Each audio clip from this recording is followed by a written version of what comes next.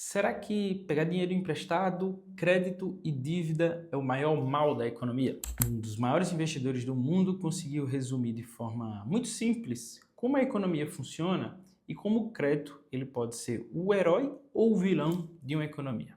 A economia ela tem na sua grande essência as transações econômicas, as pessoas que têm algo para vender, seja um produto, um serviço ou a sua mão de obra. E elas fazem transações o tempo todo, compram, vendem e utilizam o dinheiro. Mas existe um elemento que pode fazer com que a economia dê um salto, além daquilo que as pessoas estão transacionando, estão vendendo e comprando. Eu estou falando aqui do crédito. E de forma muito simples, para você entender o que seria o crédito e a dívida, imagine que eu vou até um bar, vou comprar uma cerveja. Logo eu quero comprar 2 cervejas, 3 cervejas, mas meu dinheiro já não está mais permitindo.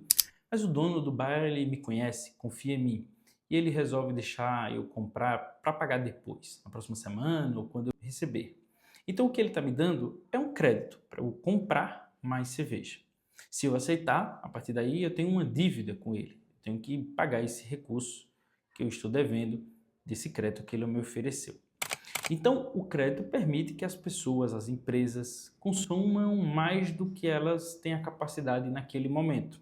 Isso vai aumentar o bem-estar das pessoas, fazer com que elas consumam mais. O bar que me vendeu mais vai comprar mais cerveja ao seu fornecedor. O fornecedor que recebeu mais pedidos vai contratar mais funcionários, vai alugar mais veículos para fazer as entregas, vai consumir mais combustível. E isso fomenta a economia. Então, o aumento do crédito no curto prazo faz com que as pessoas gastem mais do que elas têm de renda, consumam mais e façam com que os fornecedores, os produtores, os comerciantes produzam mais. Isso vai também gerar mais emprego, mais renda para os trabalhadores e vai aumentar o nível da economia. Então, a gente está tendo, através da expansão do crédito, um aumento do crescimento econômico.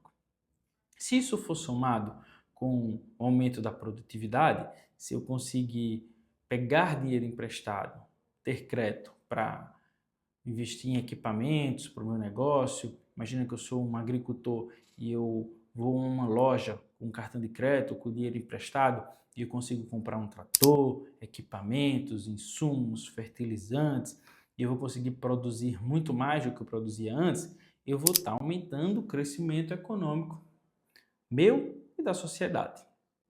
Mas o contrário, se eu aumento o meu consumo por meio do crédito para apenas consumo imediato, consumo para minha vida, consumo supérfluo, eu posso estar consumindo muito mais do que a minha renda e isso vai me deixar muito mais endividado. Ao momento que eu ficar mais endividado e eu não conseguir pagar minhas dívidas, e aquela dívida que eu tinha com o bar, ela sumir porque eu não paguei, o dono do bar não vai conseguir pagar o seu fornecedor. E o fornecedor não vai conseguir pagar o fornecedor dele. Então, com um efeito dominó, a gente vai ter um efeito muito nocivo para a economia. Então, se antes a gente teve um ciclo positivo de crescimento a partir da expansão do crédito, agora, com um nível maior de endividamento, as pessoas estão mais desconfiadas. Então, para oferecer crédito, vão cobrar um juros, um preço mais alto, os juros vai ficar cada vez mais alto e quem está endividado não vai conseguir pagar, a confiança vai diminuir ainda mais, as pessoas vão ter menos como consumir, consumo diminuindo, a produção cai e a gente vive um processo de depressão econômica. Então, como você pode ver, a gente teve uma expansão, depois uma depressão. Isso é o que a gente chama de ciclos econômicos. A cada 8, 10 anos, a economia vive mais ou menos, ou em média, um ciclo de alta e um ciclo de queda.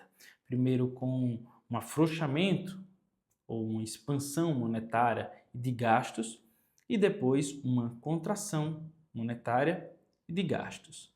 Esse é mais ou menos o ciclo econômico que a gente vê de tempos em tempos no mundo e no Brasil até de forma mais constante do que o normal. Para que a gente possa ter uma economia que cresça de forma mais sustentável, ou seja, cresça sem gerar tantos momentos de depressão, de crise, de inadimplência, de desemprego, a gente precisa que o crédito ele cresça no mesmo ritmo que o aumento da renda.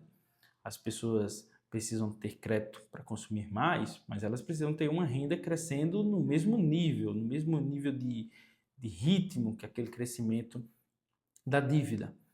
Ao mesmo tempo, a renda tem que crescer no mesmo nível da produtividade. Não adianta estar ganhando mais, não adianta estar com mais dinheiro se a economia não tem saltos de crescimento, se a gente não tem avanços tecnológicos, se a produção não está ficando maior, se a gente não tem grandes inovações que vão fazer com que a gente consiga produzir mais com menos tempo, menos recursos. Se a gente não tiver esse equilíbrio na economia, a gente vai ter uma economia muito mais fragilizada, vulnerável aos grandes ciclos econômicos que acabam deixando as pessoas muito mais pobres, a desigualdade muito maior e a insatisfação e o bem-estar econômico muito prejudicados. Então, principalmente as autoridades públicas, e aqui os governos centrais que controlam a política fiscal, ou seja, os gastos do governo, que estimulam a economia, como também os bancos centrais, que controlam a expansão do crédito, as taxas de juros e controlam ou tentam controlar a inflação.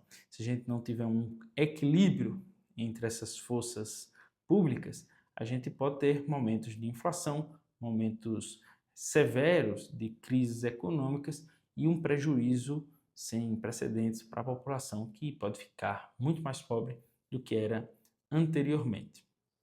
Então fica aqui essas lições, que o crédito cresça no mesmo ritmo da renda e a renda cresça no mesmo ritmo do aumento da produtividade, que é o crescimento econômico.